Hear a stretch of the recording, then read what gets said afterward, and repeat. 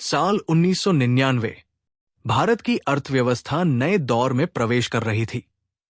देश में बिजली की मांग तेजी से बढ़ रही थी, लेकिन उस समय ज्यादातर ऊर्जा कोयला और तेल पर आधारित थी। इसी दौर में कुछ दूरदर्शी लोगों ने ठान लिया कि अब सूरज की रोशनी से देश को रोशन करना है। एक छोटे से ऑफिस में बैठकर उन्होंने एक ऐसा विजन तैयार किया जिसने आने वाले 25 साल में उन्हें दुनिया के सोलर सेक्टर के बड़े खिलाड़ियों की लिस्ट में ला खड़ा किया।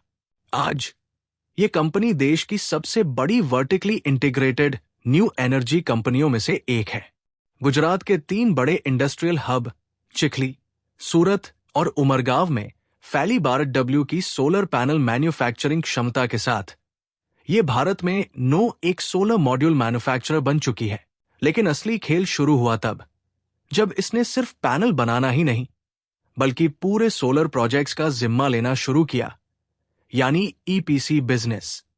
एक क्लाइंट को बस जमीन और इच्छा चाहिए, बाकी फाइनेंसिंग, डिजाइन, इंस्टॉलेशन, ऑपरेशन और मेंटेनेंस तक का सारा काम ये खुद करती है। पिछले कुछ सालों में इस कंपनी ने ग्राउंड माउंटेड और रूफटॉप प्रोजेक्ट्स में ऐसी रफ्तार पकड़ी कि FY23 में 295 MWP प्रोजेक्ट से सीधे FY24 में 704 MWP पर पहुंच गई, यानी 138% ग्रोथ। रेवेन्यू में भी 150% की छलांग लगी। Q1 FY25 में ही 217 MWP के प्रोजेक्ट्स पूरे कर दिए। अब तक 1.9 GW से ज्यादा के ग्राउंड माउंटेड प्रोजेक्ट्स पूरे हो चुके हैं। 400 प्लस रूफटॉप प्रोजेक्ट्स लगाए गए हैं। बैटरी स्टोरेज और फ्लोटिंग सोलर जैसे फ्यूचर टेक्नोलॉजी वाले प्रोजेक्ट्स भी डिलीवर हो चुके हैं। इनके क्लाइंट्स में वो नाम है जिन्हें सुनकर कोई भी निवेशक चौकन्ना हो जाए। बड़ी मैन्युफैक्चरिंग कंपनियां, ऑयल गैस के दिग्गज, मेट्रो प्रोजेक्ट्स और मल्टीनेशनल FMCG ब्रांड्स। 68 प्लस देशों में इनके प्रोडक्ट्स की पहुंच है और 6 GW plus modules globally supply हो चुके हैं। फिलहाल इनके पास 2191 MWP का ऑर्डर बुक है, जो अगले 9-12 महीनों में पूरा होगा। साथ ही 15.5 GW की बिडिंग पाइपलाइन। FY25 में 1.8 से 2 GW प्रोजेक्ट्स पूरे करने का लक्ष्य है, जिससे राजस्व 500 करोड़ रुपए तक पहुंच सकता है। इनके पास सिर्फ मैन्युफैक्चरिंग की ताकत नहीं है, बल्कि टेक्नोलॉजी, प्रोजेक्ट मैनेजमेंट और इंटरनेशनल नेटवर्क का ऐसा कॉम्बिनेशन है जो इन्हें बाकी कंपनियों से अलग बनाता है।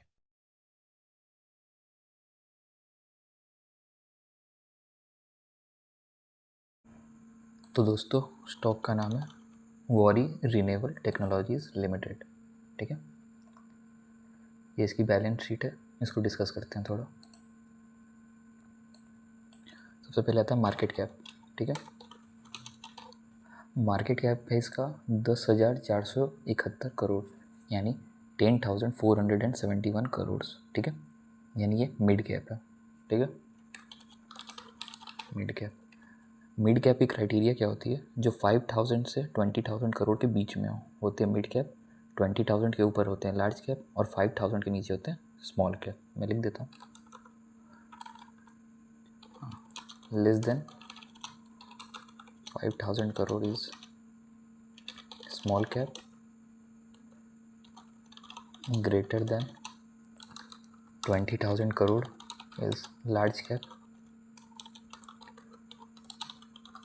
In between is mid cap. ठीक है, मतलब 5,000 करोड़ से नीचे स्मॉल कैप, 20,000 करोड़ से ऊपर लार्ज कैप और दोनों के बीच में मिड कैप। ठीक है, हाँ, हाई और लो देखते हैं एक साल का। फिलहाल 2,075 इसने हाई बनाया, 52 वीक्स हाई और 52 वीक्स लो है। ठीक है, स्टॉक का PE है 36 और इंडस्ट्री PE है 40.3, यानी ये अंडर वैल्यू चल रहा है फिलहाल। ठीक है, स्टॉक का PE अगर इंडस्ट्री की PE से कम है मतलब स्टॉक अंडर वैल्यू है। स्टॉक का PE अगर इंडस्ट्री PE से ज़्यादा है मतलब स्टॉक ओवर वैल्यूड है। ठीक है, मैं लिख देता हूँ, stock PE greater than industry PE means over valued and vice versa. ठीक है, फिलहाल ये अंडर वैल्यू चल रहा है, ठीक है। इसका ROE देखिए, 1 साल का 65%, 3 साल का 70.5% और 5 साल का 66.3%, ठीक है। बहुत तगड़ा ROE दे रहा है। प्रोमोटर होल्डिंग्स है 74.4%, FII है 1.31 और DII है 0.14। पब्लिक होल्डिंग बस 24.2% है। ऐसा कहा जाता है कि किसी भी स्टॉक में पब्लिक होल्डिंग लेस देन 50% होनी चाहिए, ठीक है। या इसको ऐसे ही बोल सकते हैं कि promoters plus FII plus DII ये 50 से ज़्यादा होने चाहिए, ठीक है।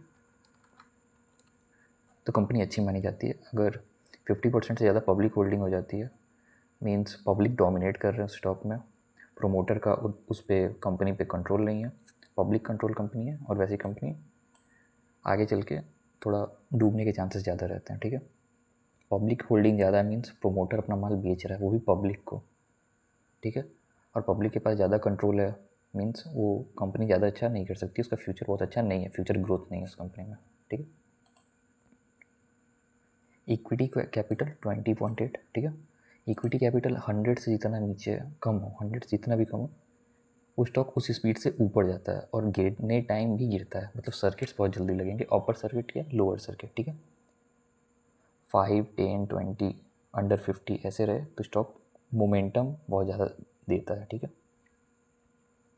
प्लेज परसेंट 0, यानी कंपनी ने कुछ भी गिरवी नहीं रखा है, और डेब्ट टू इक्विटी 0.06, ठीक है, ये भी बहुत कम है।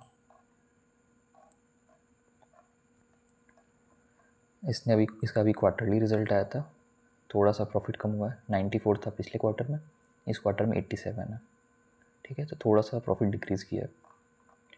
ईयरली प्रॉफिट और सेल्स देखते हैं, ठीक है। 2020 में सेल्स था 2 करोड़, 21 में 8 करोड़, 22 में 154 करोड़, 23 में 342, 24 में 867, 25 में 1597 और ट्रेलिंग 12 मंथ में 1964। आप देख रहे हैं सेल्स कितना हो गया। अगर देखें तो 7 साल में सेल्स हो गया ऑलमोस्ट 982 टाइम्स।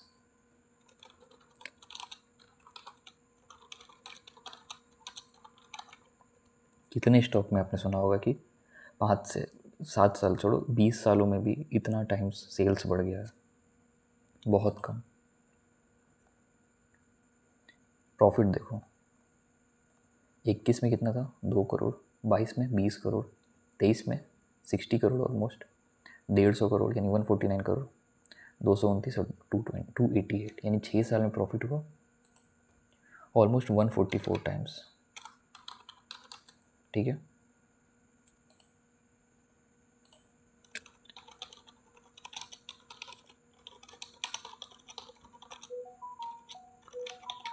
लास्ट 6 ईयर में ही प्रॉफिट इतना ज़्यादा हो गया,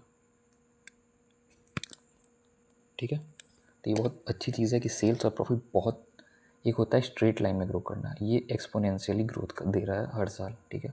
बहुत तगड़ा बैलेंस शीट है वॉरी रिन्यूएबल का, ठीक है।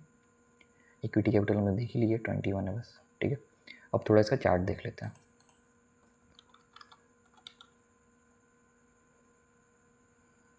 वॉरी के 3 स्टॉक यानी 3 कंपनियाँ, वॉरी एनर्जीज, वॉरी टेक्नोलॉजीज और वॉरी रिन्यूएबल। हम यहाँ रिन्यूएबल का बात कर रहे हैं, ठीक है।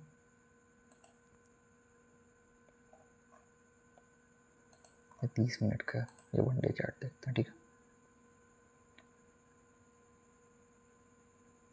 1005, ये NSE की है।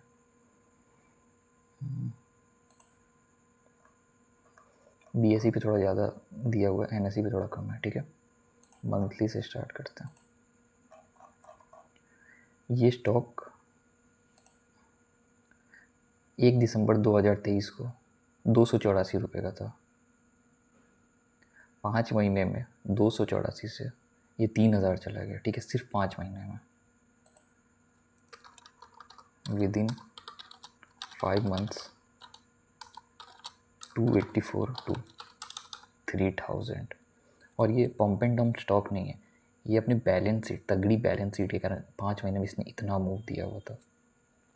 फिर इसमें करेक्शन आया, ठीक है, और करेक्शन के बाद ये कंसोलिडेशन फेज चल रहा है, ठीक है। कंसोलिडेशन फेज होता है जहाँ बड़े प्लेयर्स माल जमा करते हैं, ठीक है। जैसे ये ग्रीन कैंडल से यहाँ तक प्रॉफिट ऑपरेटर ने कमाया, बड़े प्लेयर ने, फिर उसने माल को बेचा होगा, फिर प्रॉफिट बुकिंग आई, करेक्शन आया। अब ये परफेक्ट लेवल है माल को और एक्यूमुलेट करने का, क्योंकि बैलेंस शीट में तो कोई चेंज आया ही नहीं है, बैलेंस शीट और तगड़ा ही हो रहा है और फिलहाल अभी सस्ते में भी मिल रहा है। तो ये है एक्यूमुलेशन जोन, इसको बोलते हैं, ठीक है।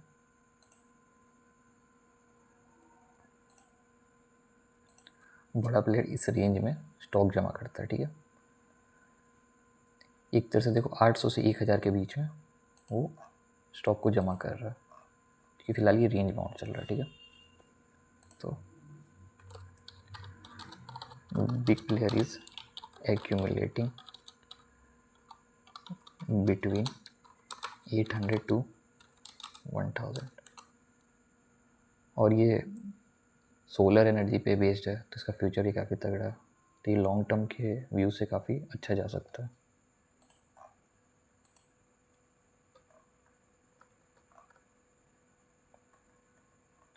फिलहाल ये ग्रीन कैंडल से भागा था, लेकिन उसको टच करने वापस आ रहा है, ठीक है।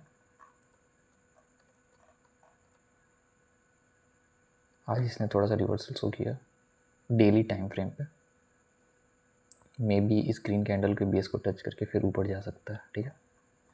पर हम शॉर्ट टर्म में यहाँ बात नहीं करेंगे, हम लॉन्ग टर्म की बात करेंगे कि ये लॉन्ग टर्म में फ़िलहाल इसने एक तरह से बॉटम बना लिया और ये एक्यूमुलेशन जोन में है और यहाँ से इसे जमा किया जा सकता है, क्योंकि ये बैलेंस शीट इसकी तगड़ी है। ये फ्यूचर स्टॉक है, फ्यूचरिस्टिक स्टॉक है, क्योंकि ये सोलर पैनल वगैरह पे काम करता है, सोलर एनर्जी पे।